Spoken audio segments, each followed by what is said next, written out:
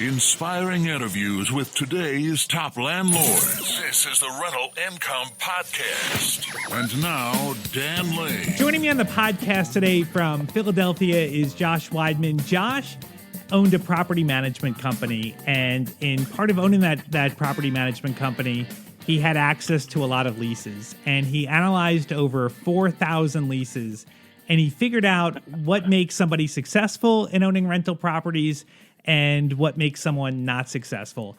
And he's kind of organized everything here, and we're going to walk through this and figure out what it takes to be successful as a rental property owner. Josh, welcome to the show. I always like to start with hearing a little bit of your background. So can you tell us a little bit about how you got started in real estate? Yeah, actually, Dan, first of all, thanks for inviting me on. It's a pleasure to be here. I got started in real estate in December of 2006, kind of by accident, actually. I had a failed construction company, and I knew that I always wanted to get involved in real estate. And at 18, I bought the Carlton Sheets no money down system, and was really kind of enamored by that until I put it in the back of my closet for 15 years. But at one point, I found myself working, selling water purifiers on door-to-door basis in this town in New Jersey, and realized that it's not really what I wanted to do. I wasn't making much money. I figured I could go broke doing something that I, might like doing. So I figured I'd give real estate a shot and investing a shot, and I kind of fell backwards into wholesaling. Made $30,000 on my first wholesale deal, and it was a springboard to the rest of my real estate career. From there, I built a wholesale company. We were doing anywhere from like 5 to 10 properties on a monthly basis, assigning 5 to 10 contracts on a monthly basis, and did that for several years and started to build a rental portfolio. And then at one point, I realized that this rental business was taking an awful lot of time, and I didn't seem to be doing it right. You always see on TV or the gurus talking about all you have to do is you buy a house, you put some paint and carpet up and throw a tenant in there, and then they pay. Right. And that wasn't what was happening to me. So, I hired a property manager and fired them, hired another one, fired them, and then realized, I own these properties with a partner of mine. We kind of realized, look, this isn't really working. Let's figure out how to do this ourselves, and make it, basically monetize it, make it an income stream. So we started with our units and 26 units from a friend of ours, and we started our own property management company. And from 2010 until last fall, fall of 2016, we built that management company from that first 20 some odd units up to 638 units. And we ended up selling the management company last September. So that was a really big learning experience. And it was pretty interesting. It was a very interesting insight into a lot of different avenues of the real estate business.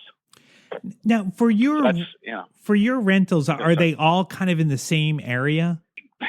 Not really. Okay. They're within the same city. Okay. But what I've tried to do is buy the same types of properties. And when I say types, I'm talking more about like the types of locations and the same asset class. Mm-hmm. They're spattered throughout the city. But I know Philadelphia a lot. I spent a lot of time in the city, and it's an area I'm really comfortable with. Mm-hmm. And so, for me, the difference between being in South Philadelphia or Northeast Philly or West Oak Lane it's not much different. We're trying to attract the same type of tenants, and and because of that, it really becomes kind of a cookie cutter model. Okay. All right. Well, let's get into kind of the main topic today. These 7 things that if you follow these guidelines, you're probably going to be successful. Now, the first one is a high rent to value ratio. Now, this is an interesting topic, but before we get into what exactly that means, for anyone that doesn't know that terminology, can you just explain to us what a rent to value ratio is? Yeah, absolutely. Absolutely. So imagine that you have a property that you can buy for $100,000. and you're able to get a tenant that's going to pay you $1,000 a month for that $100,000 property. Well, the rent to value ratio is 1 to 100. Okay. And that's the general concept. Different people are going to categorize that as a different percentage. Some people are looking for like 1.2 or 2%, or there's different numbers out there.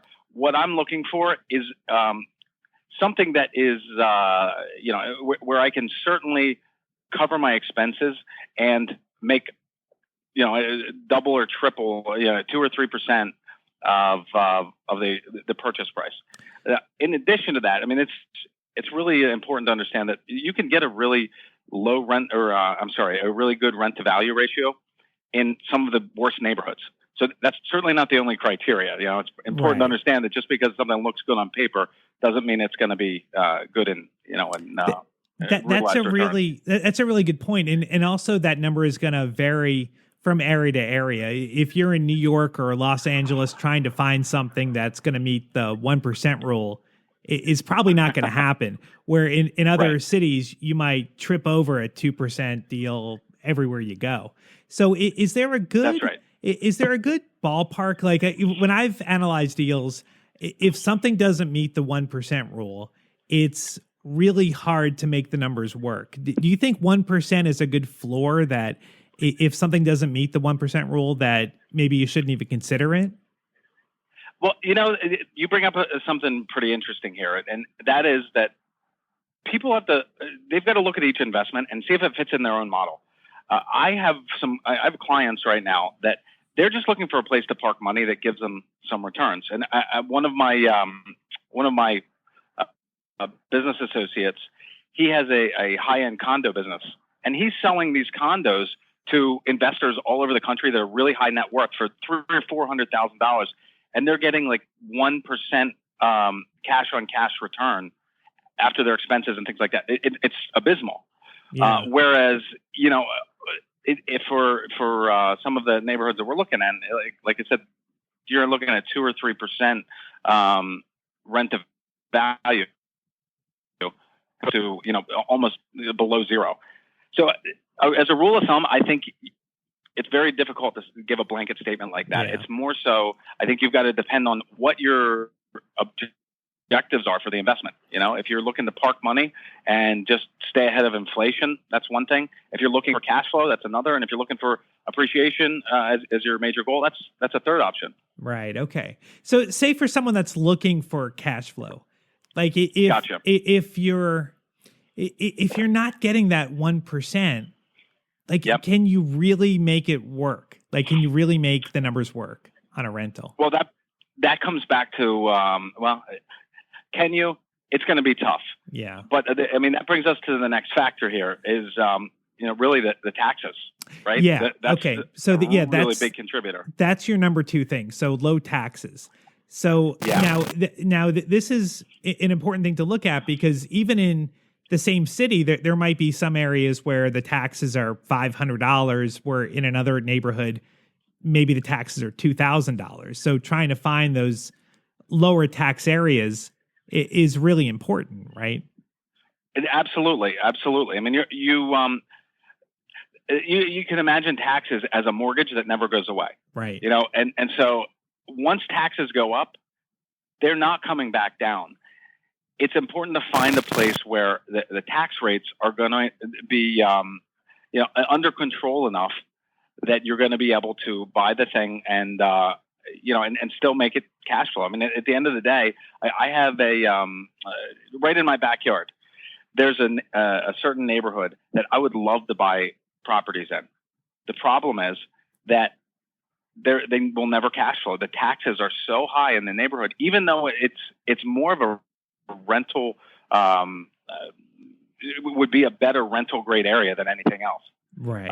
It just ends up being, off limits because of the taxes. They're $4,000 a year for a $100,000 property. Whereas, you go inside of the city, and now we're talking about $1,200 for that same $100,000 property. Now, is there a trade-off that maybe in general, a lower tax area is going to be maybe not such a nice area? Maybe the schools aren't as good, or maybe there's trade-offs Do Well, you find that to of be course true? you're going to see that. Yeah, I mean, I'm attracted to more high density areas, more urban areas, and in those areas, you're going like Philadelphia is a great example. The school system in Philadelphia is not so great, uh, but it's not like the school system in South Philadelphia versus West Philadelphia is so much worse in one neighborhood or the other. You're pretty much comparing apples to apples. Okay. But when you Yeah. do leave those more densely populated areas and there's a smaller tax base, I mean, yes, the bills still have to get paid, and so the taxes are probably going to be higher. Right. So Okay. you're right. There is a trade-off there, but ultimately, you're going to be dealing with a very, very similar populace, in lower tax areas, as long as you're in a fairly dense population. All right. So making sure your taxes are low is number two. That's a really important thing to look at. The number three thing that you saw, that the successful investors weren't leveraging the investment more than 75%. So does that mean that they were putting at least 25% down on every deal? Not necessarily.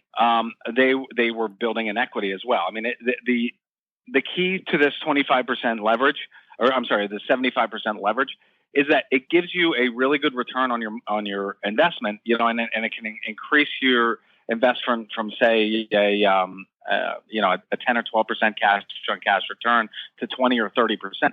But what it also does is it protects you from downturns, because if you've been in real estate any length of time, you're going to see the ups and downs of the market.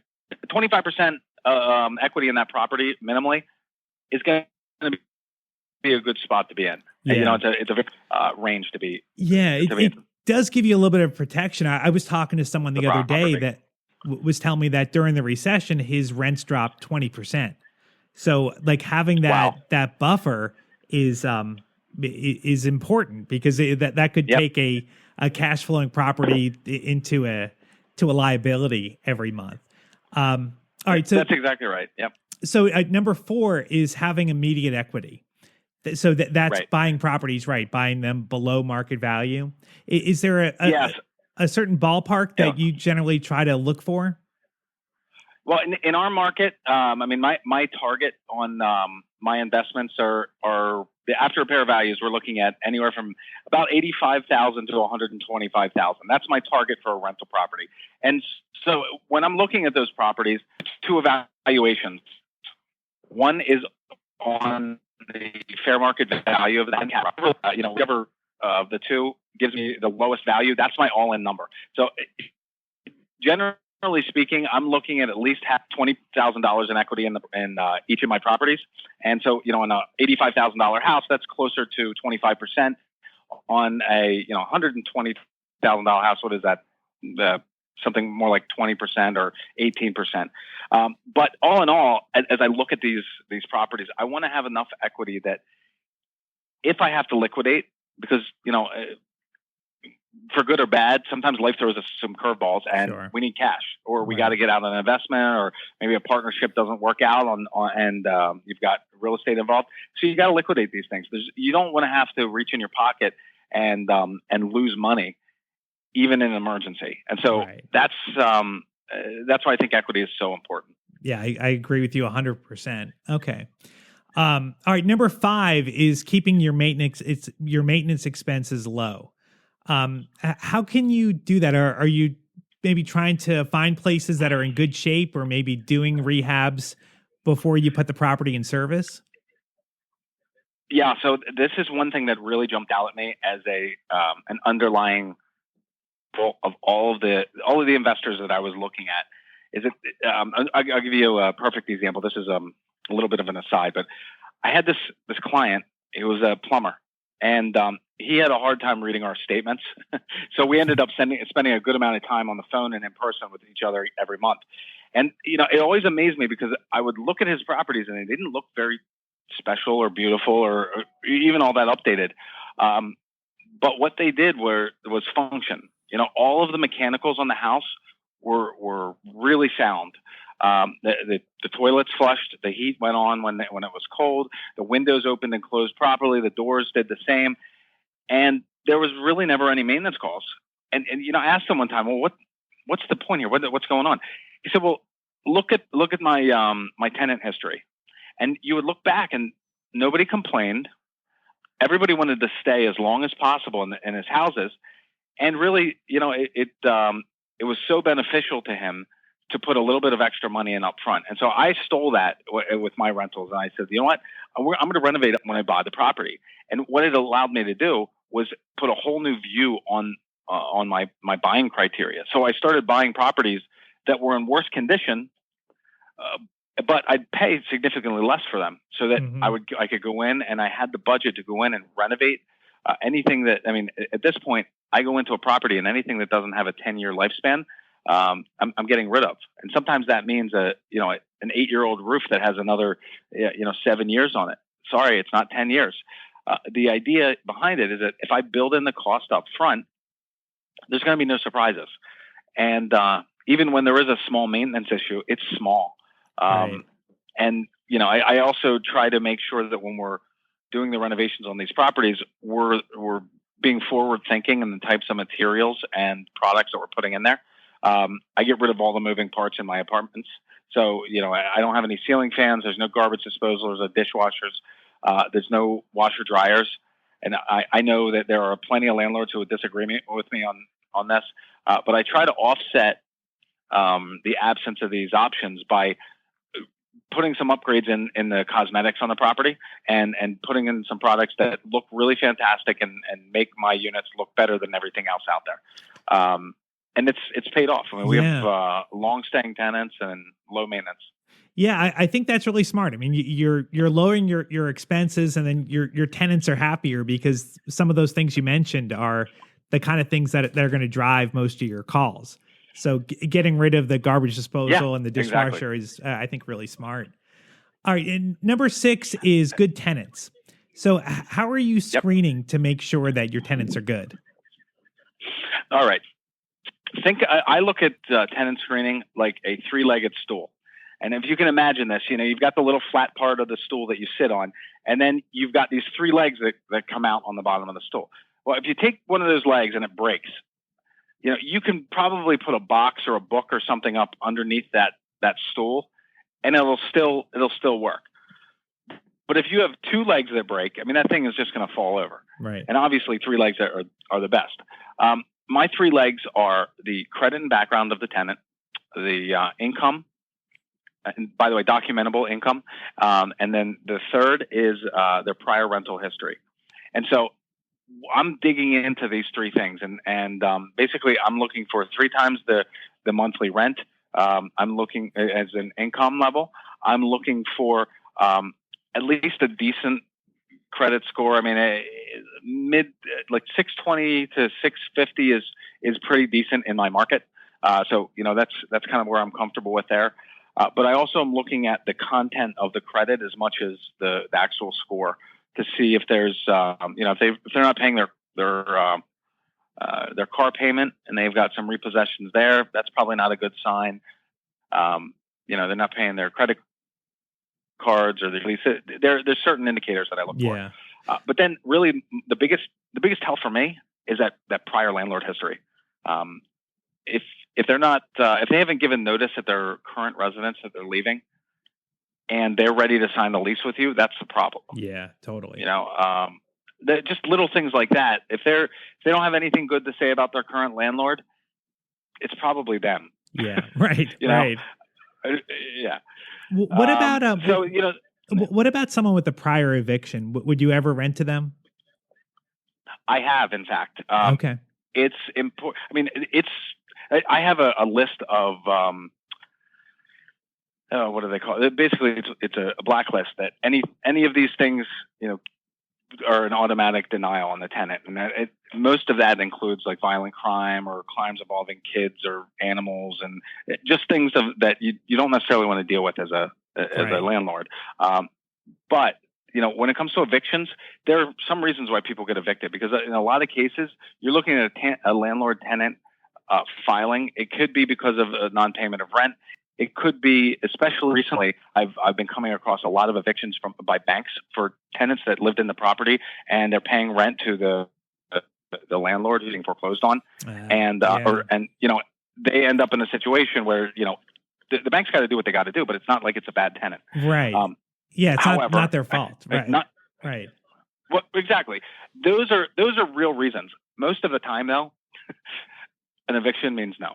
Right. Okay. Okay. Yeah. Sorry. So you got to look at it, but there could be reasons that you would accept someone with an eviction. Yeah. I mean, one of the best tenants I've ever had, she had a heart surgery, open heart surgery, and it was, obviously an emergency type situation. And when that happened, she was in the hospital for over a month. And when she got out, she was in eviction. When I rented to her, she was currently living in the same property 2 years after the eviction filing, and her landlord gave her a glowing recommendation. So, I mean, that's really the exception to the rule as opposed to the rule itself. Right. But, okay. Yeah. All right. And then the seventh and final thing is active management.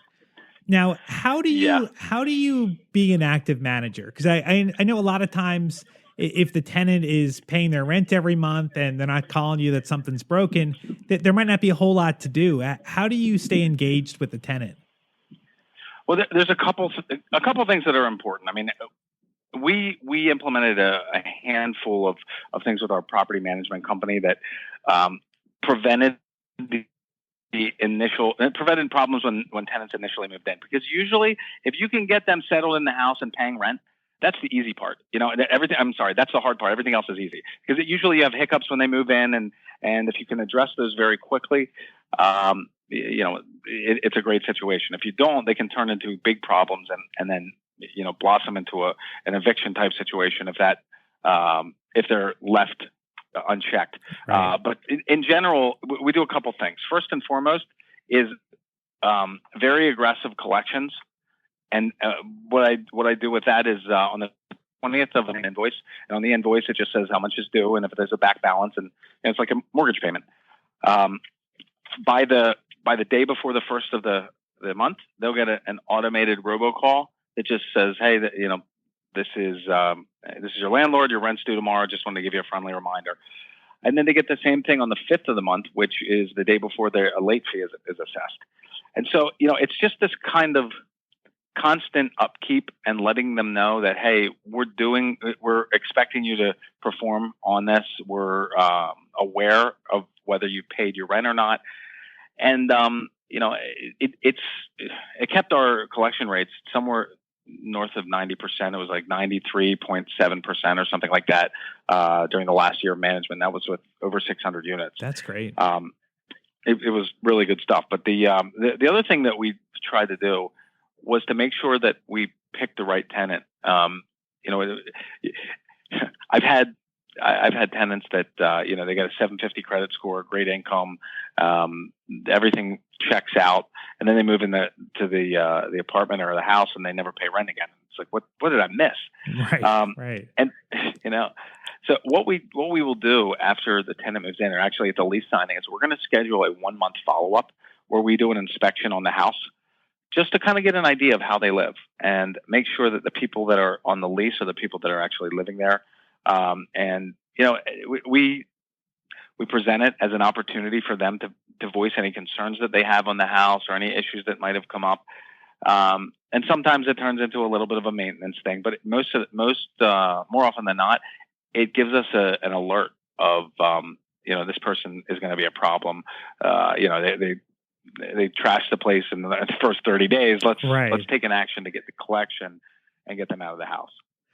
Well, I think that's great. So just to review, so the seven things to make sure you're doing is to have a high rent to value ratio, find an area with low taxes, the maximum leverage you want to use is 75%, buy a property with immediate equity, make sure that you control your maintenance expenses, you find good tenants, and you have active management. So I think that's good. I think that's a good checklist to go by.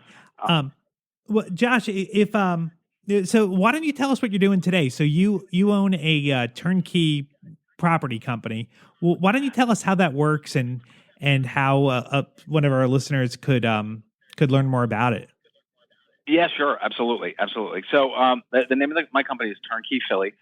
We offer turnkey investments in Philadelphia, Pennsylvania. We have 21 different specific neighborhoods that meet our our target zone and our criteria that we invest in. And our clients basically, they come to us and they're professionals. Sometimes they're out of state, out of the country. They're coming from areas where they've got very high values and it's in property values. So it's really hard to find that cash flow in the rent rate.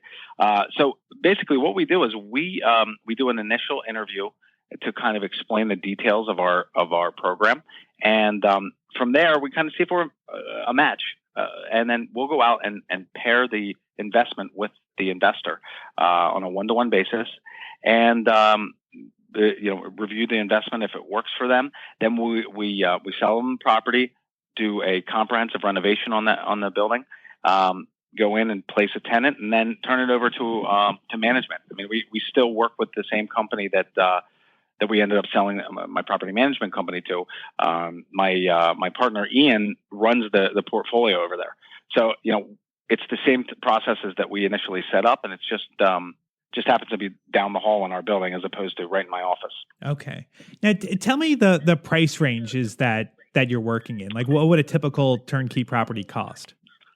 That's great. Great question. So one of the staples of our investments is that there's at least $20,000 in equity in these properties. So our target range is about an $85,000 to $125,000 after repair value or appraised value. And that puts our investor all in on these houses somewhere between about $65,000 and about $105,000, depending on the investment. We analyze the properties so that if you're all in, they're all in cash on these things, you're going to see about a 10 to 15% cash on cash return. And then once the leverage is applied, you're going to see much higher than that. It's usually between 20 and 30%. Great. Well, that sounds great. Well, why don't you give us if someone wanted to research you a little bit more, give us your website and how someone could contact you. Yeah, absolutely. That's great. If you go to our website, it's Turnkey Philly, and that's PHILLY, turnkeyphilly.com. There's, we've got some testimonials there. We have a couple case studies of properties as well as, a little overview of how the process works, some information about Philadelphia. If you're looking to reach out and contact us, you can actually schedule an appointment on the website to do a private call, or if you'd like to reach out to the office, you can reach us at 267-507-7055. So again, the website is turnkeyphilly.com, and our phone number is 267-507-7055. Awesome. Well, Josh, thank you so much for coming on the show. I appreciate it, and thank you for listening. My name is Dan Lane, and this has been the Rental Income Podcast.